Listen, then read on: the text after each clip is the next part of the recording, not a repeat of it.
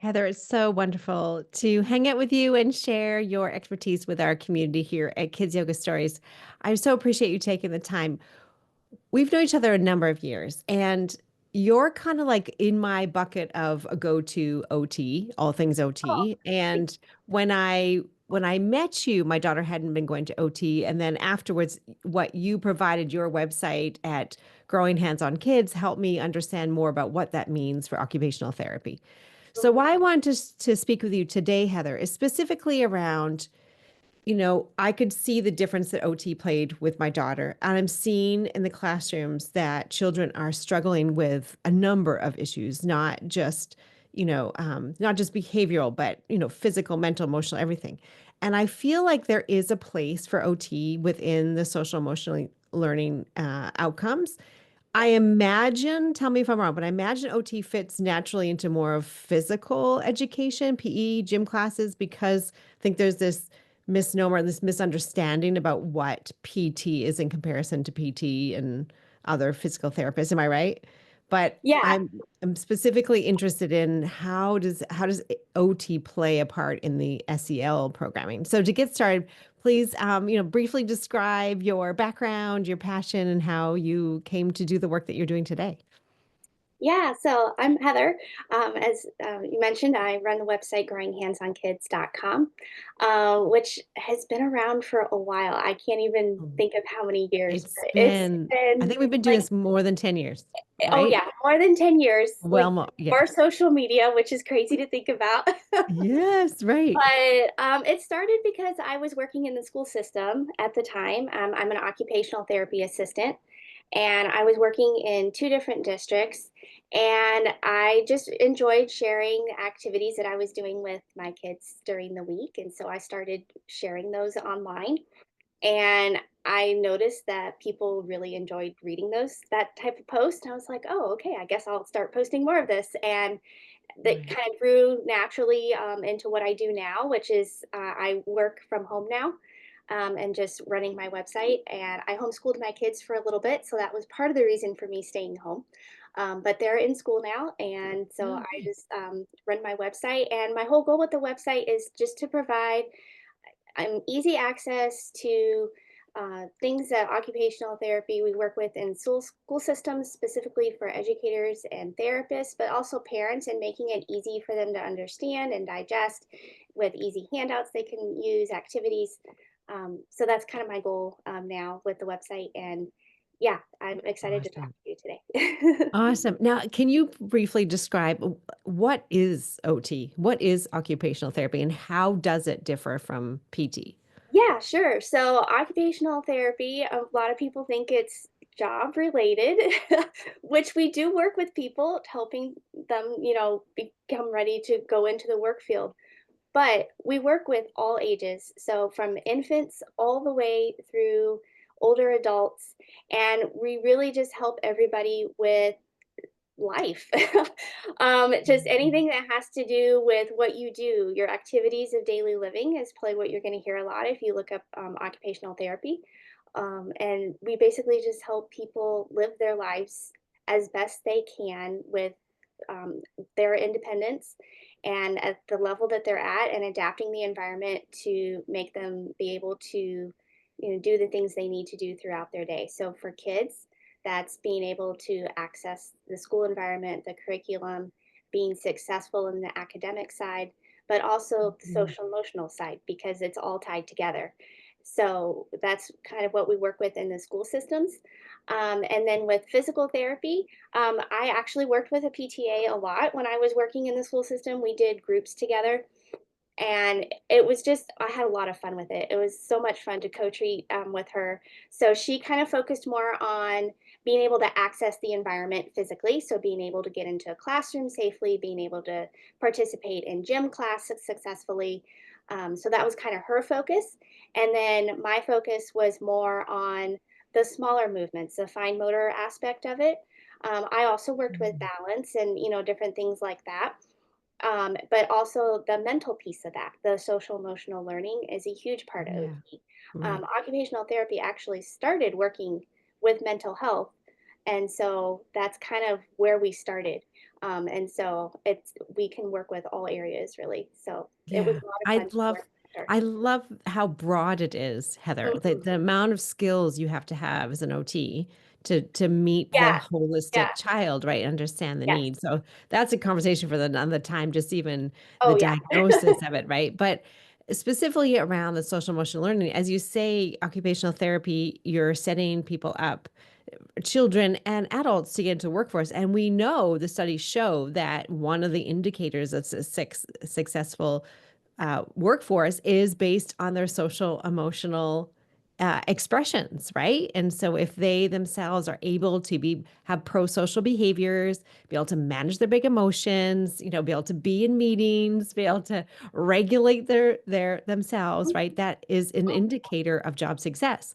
And so you're seeing that even with little ones, right? With young children who can be in a classroom, who can be interacting with each other, right? Who can be able to manage their emotions, to hear instructions, who can be ready to learn, Yeah. who can pay attention, all these skills, right? So, how do you see how OT specifically, the practices that you are doing, how do you see it fit into specifically SEL programming?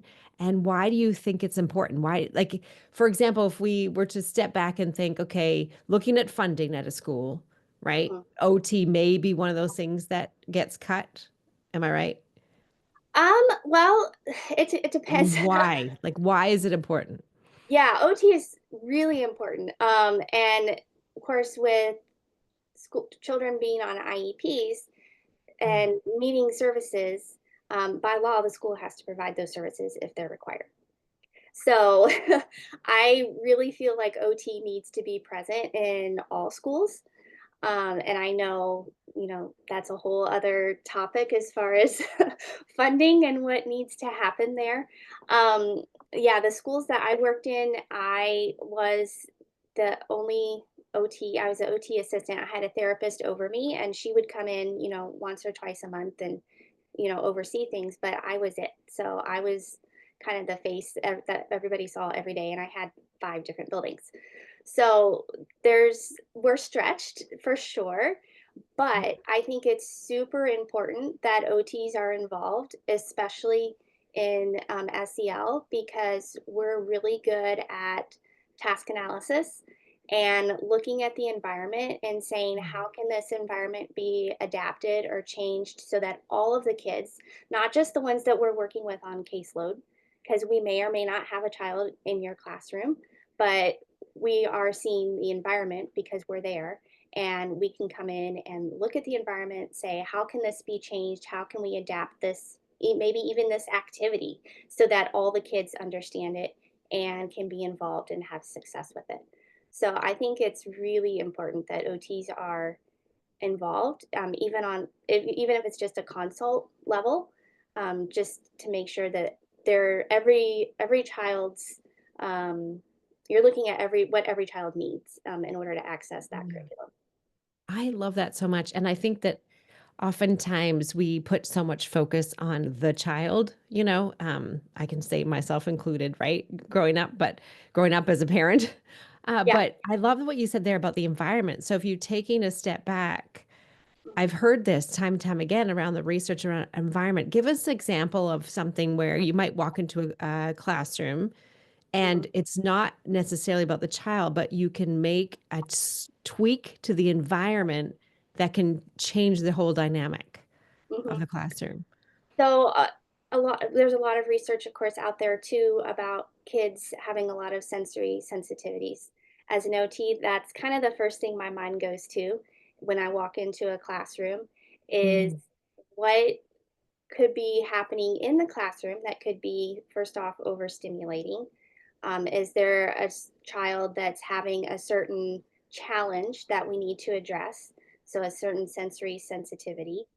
And then also just sharing with the kids in general, what is sensory processing? Why is my mm, body reacting this way? I don't understand this. But if the kids understand why their body's reacting this way, they can make better choices, because they understand. And if they know what the choices are in the classroom, then they're able to do that more independently. So looking at the classroom, I would say some of the biggest things off the bat are the overhead lightings, which may or, depending on how your classroom is set up, you may or may not be able to change. But the fluorescent lights are always a big one, because kids Mm. that are sensitive to light, they can actually see the flickering. You know how if you hold your camera like up to a television and you're taking a picture and you can see the flickering? That's kind of what they see when they see those lights. And also hearing it, you can hear like this constant humming noise. So they may not even register that they may not realize they're hearing this, but their body hears it. And so they're not able to fully, you know, be present because their brain is trying to figure out, okay, this is coming in here, this is coming here, but I need to listen to the teacher, but I can't hear what she's saying because I keep hearing this constant humming in my ear. Or, you've got the kids, making noise too. You're hearing stuff out in the hallway. So it's yeah, just coming in the environment and saying, okay, what can be changed so that if it's just one child, so this child can access the curriculum, or is it something that could benefit the whole class? That's kind of what Mm. I like to look at is what can I do to benefit the entire class, not just the one student. Because if you benefit the entire class, you're making so much more of an impact, but you're also helping the one student that needs help. Yeah, I love that. And I think too, the teachers. I mean, we have Yes, sensory needs. I mean, we didn't grow up exactly. with this work, Heather, so, I've just been noticing recently, I didn't even know this about myself, but because we're so immersed in the work, it takes a while for us to really sink in. But I've been noticing lately that my husband plays video games and my daughter loves YouTube. She watches video gamers on YouTube and it drives me crazy. And that's another story about screen Yeah, in my house that I'm like everybody else, and I'm yeah, struggling in that department, yeah. right? I'm not going to pretend that I have it all organized and say I do not, right? I'm losing that battle. But I'm noticing the sounds of the video gaming and the YouTubing, the screaming. I'm noticing how the impact on my body. And Mhm. I never noticed that before. I would say I'm a sensitive person anyway, but I feel like on the spectrum of sensitivity, there are times where I feel irritable and I'm noticing my body. And I imagine for teachers, these classrooms, they're loud, there's busy. I know as a substitute, right? There's adults coming and going, as you say, the lighting. There's so much going on.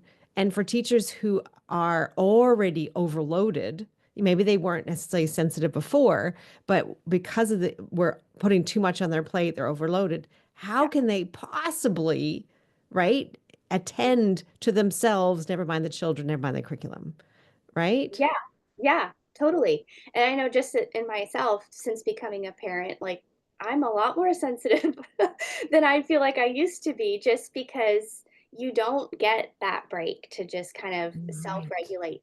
But if you can self-regulate with your class, Mm, then that's so much better for you and them because you're able to bring your, threshold down of what you're able to tolerate, and they're learning co-regulation things right along with you.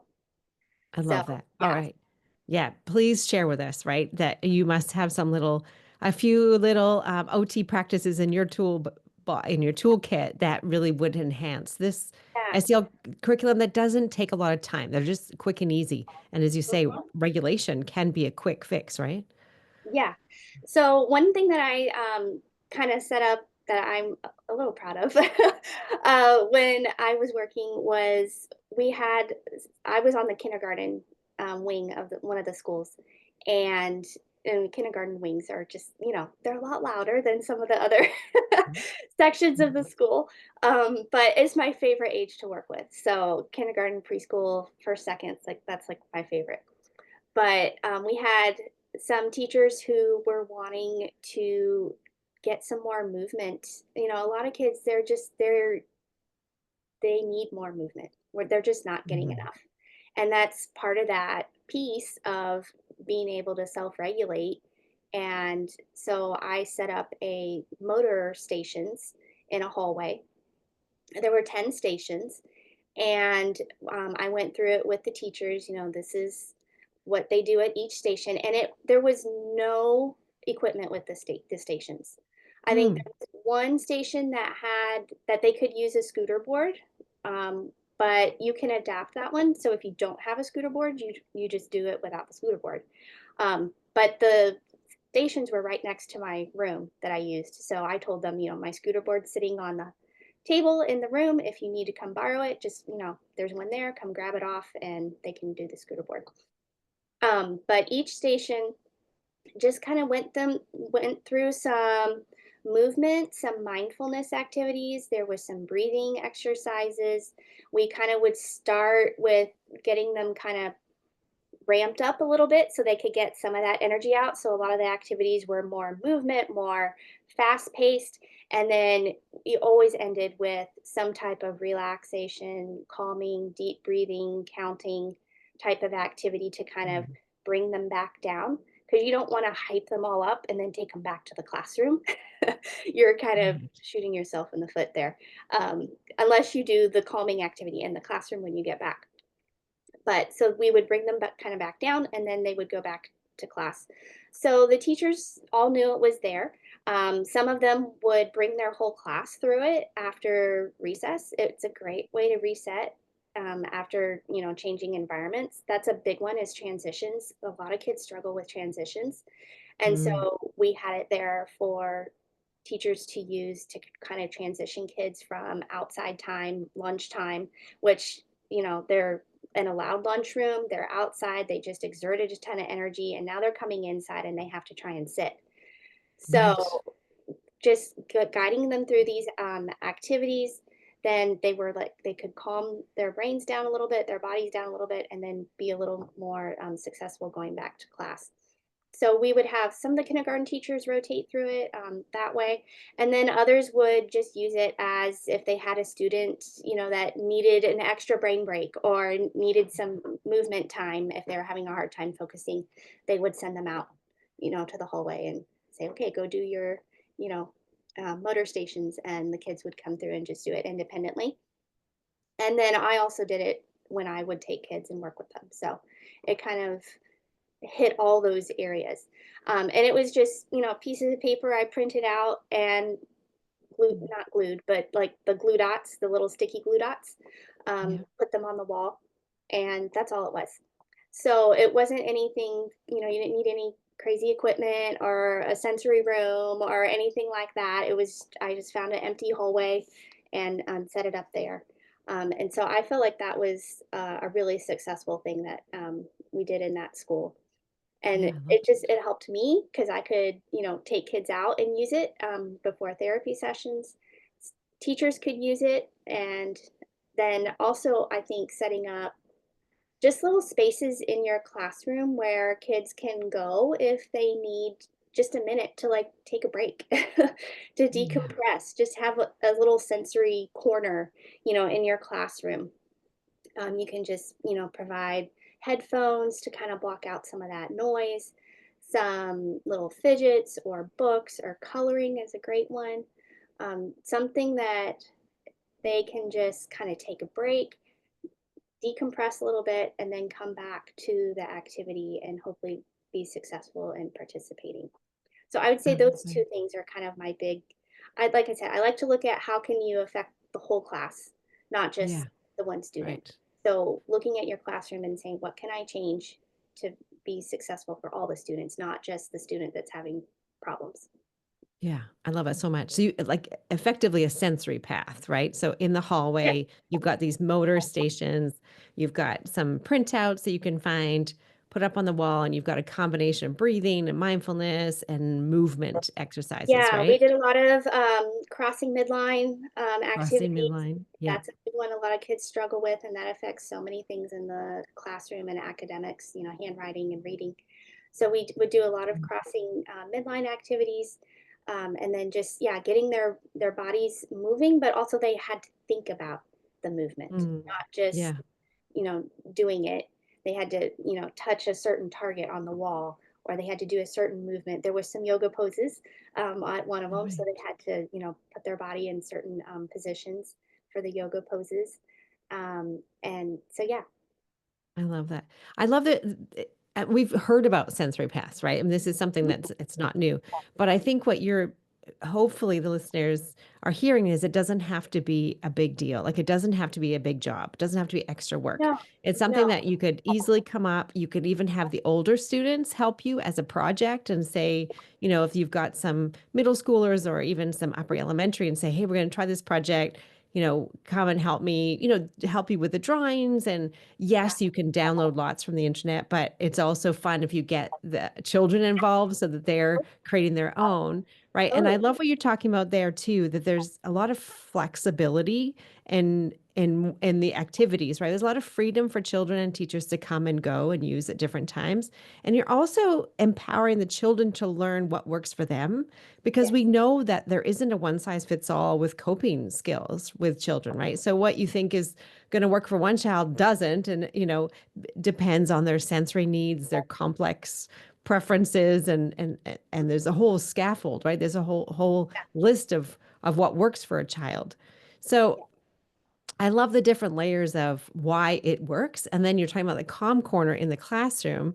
Again, you can find lots of information. We've got some articles on our website with what could go in a calm corner. But again, it's not a one size fits all. It's more looking at who's your population for that year. And what you have in your calm corner one year might be different the next year, right? yeah. It's about how does a teacher, when you've got, 20, 30 children, say, how do you start to look at and identify these sensory needs? And how do you, because you've got so much going on in the day, I sort of think, okay, It, great. In a perfect world, you're going to get to know everybody at a deeper level, right? And yes, we have the IEPs that follow them, but I'm just thinking about the opposite of a teacher saying, yeah, yeah, great. That sounds like your idea. When do I have time to do that? Right. But have you coached teachers on how they can view OT from that point of view? Do you know what I mean?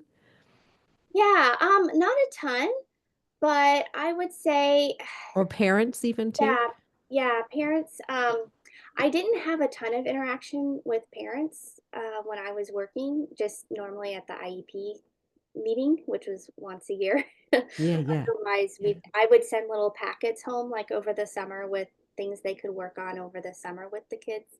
But I didn't have a ton of interaction with parents, more so with teachers. And normally, when I was talking to teachers, it was they had a specific issue with one child or, as Yes. with a couple children.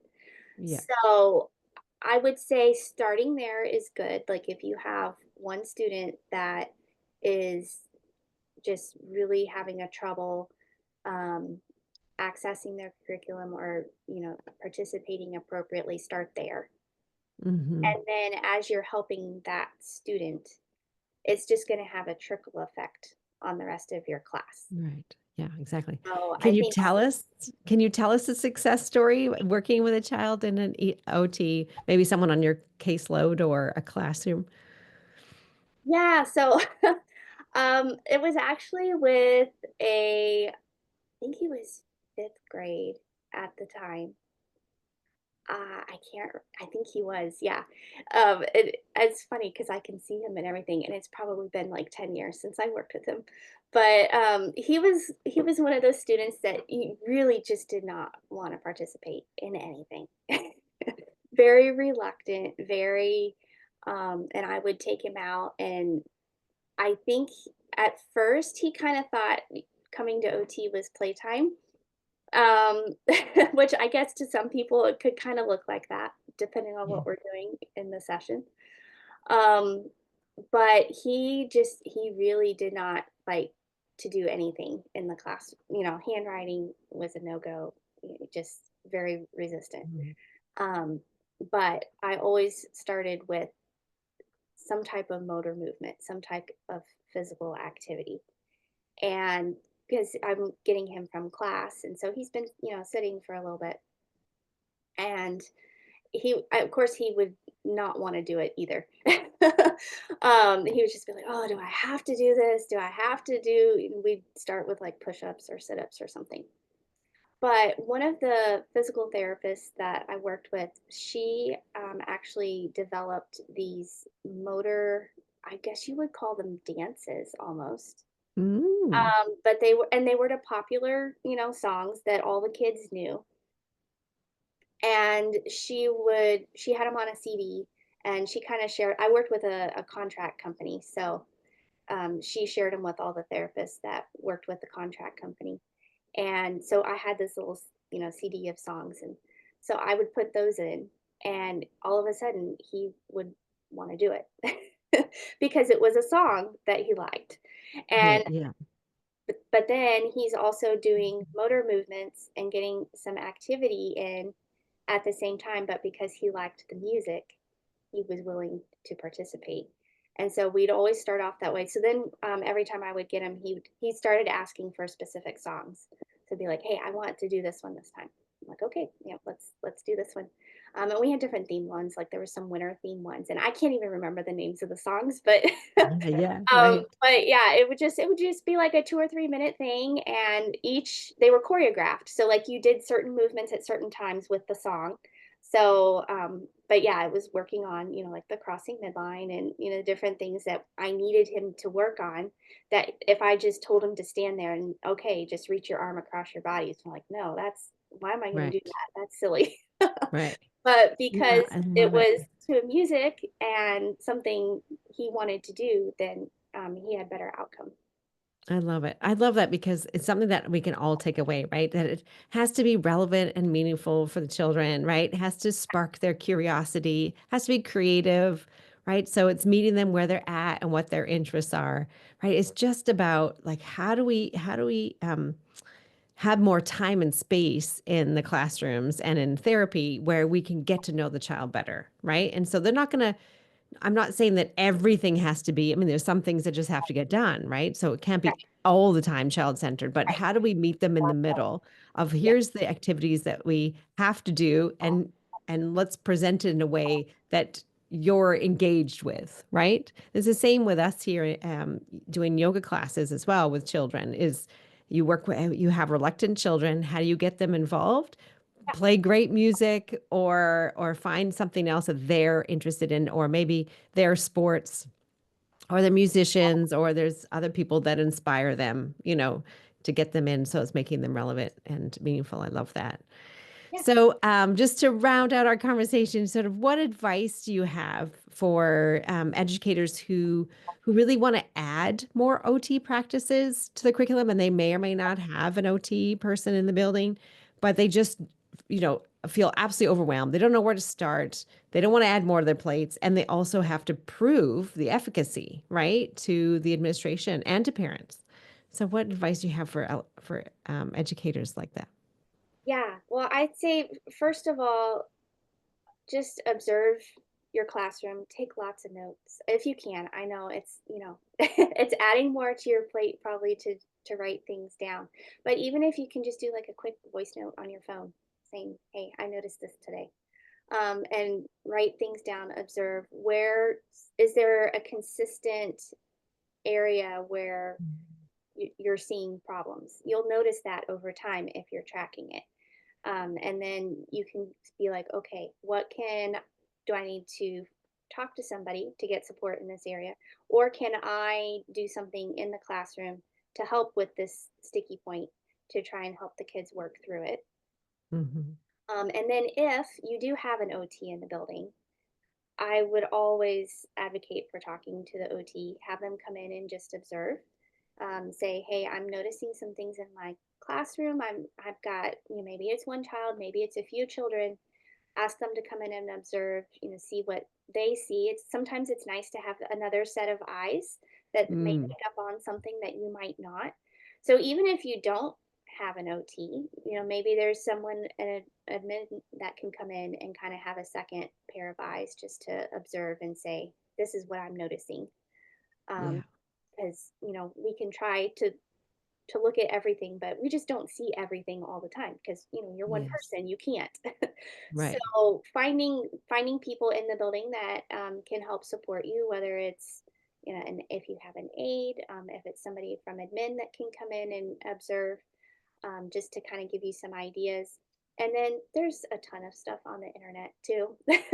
I mean, honestly, like Mhm. just researching things for like talking to you today, there's so many great, great things out there now that you can look up really quickly and find ideas for. So just, and I know everyone's super busy, but just being able to carve out even 5 or 10 minutes just to, research a certain thing that you're having a problem with, find an activity, try it. It may not work, and that's unfortunately that's going to happen. But you can like, okay, this didn't work, but maybe I can try something else next time, and Yeah, then you'll have this whole toolkit of ideas because if it works one time, that's great, but you want to see is it going to work again. And right. if it doesn't, can I go back and try something else? So Yeah. having lots of ideas in your toolkit is going to help you a lot because then you're not having to research something new every time. You're like, wait a minute, I already looked this up. I've got my 5 ideas here. I tried the first one, it didn't work. Okay, I'm going to go to the second one. So Awesome. I love it. I love it. And what I'm hearing from you is this idea of right, starting with yourself, making sure you're calm and organized, getting curious, taking notes, find out what the preferences the child has, connecting with them, see what they're interested in, what yeah, challenges they're and having. even like you can ask the kids, like, sit Yeah. down as a classroom and say, hey, I noticed we're kind of having trouble in this area. Maybe they're coming Yes. in from recess and not able to hear you and listen to you, and that transition is hard. So let's sit Mm. down as a class and work together and find out a solution. Kids have some great ideas. Yes, they do. So Yes. if you can just sit down as a class and ask them, hey, what do you guys think we should do? And let's try it. If it doesn't work, Mhm. all right, let's talk again and see what can we come up with that will help everybody be successful. Yeah, I did that with a class last year as a substitute. I knew that the whole class was having trouble, wasn't just me as a sub, and I had Right, that right. conversation with the sit down, Yeah, and because I thought there's no point, you can't teach anything unless they're available to learn, right? We right. had this big chat, and surprisingly, a lot of the things they talked about was we're not held accountable and we're not disciplined enough, you No, know? Because there's so yeah. much pressure from parents not to interfere and, like that. But at the same time, these children wanted to be held accountable for their poor behaviors, And like they need the amazing. structure and they need the They need accountability. structure. And Yes. so, but Yeah. including them in that, and so then they take Yes. ownership of that, Yes. is important. Yeah. Yeah, I love it. Awesome. Thank you so much for being here. So tell us, how do we find you online, Heather? And sort of what's next on your horizon? Yeah, so you can find me at growinghandsonkids.com. And I actually have I know we were talking about the motor stations earlier. I do have a post on my website with the motor stations. Oh, So great. if you're interested in that, you can just head to my website and just search motor stations and it should pop up. Perfect. And I will put that in the list underneath this as yeah, well. and Yeah. also I'm on Facebook and Instagram mostly. Instagram kind of hit and miss. It depends when I feel inspired if I'm over there or not. Yeah. But I do email quite a bit. So if you're interested in hearing more from me, there's a sign up link on my website where you can get weekly emails from me with we talk about all things OT related. And then I also do handouts and freebies. And I also have a store with some ebooks and activity kits and printables. So lots of things, but the Beautiful. main part is growinghandsonkids.com, and that will take you to all the places I am. So Great. Thank you so much, Heather. So appreciate you. thanks for having me. Thanks.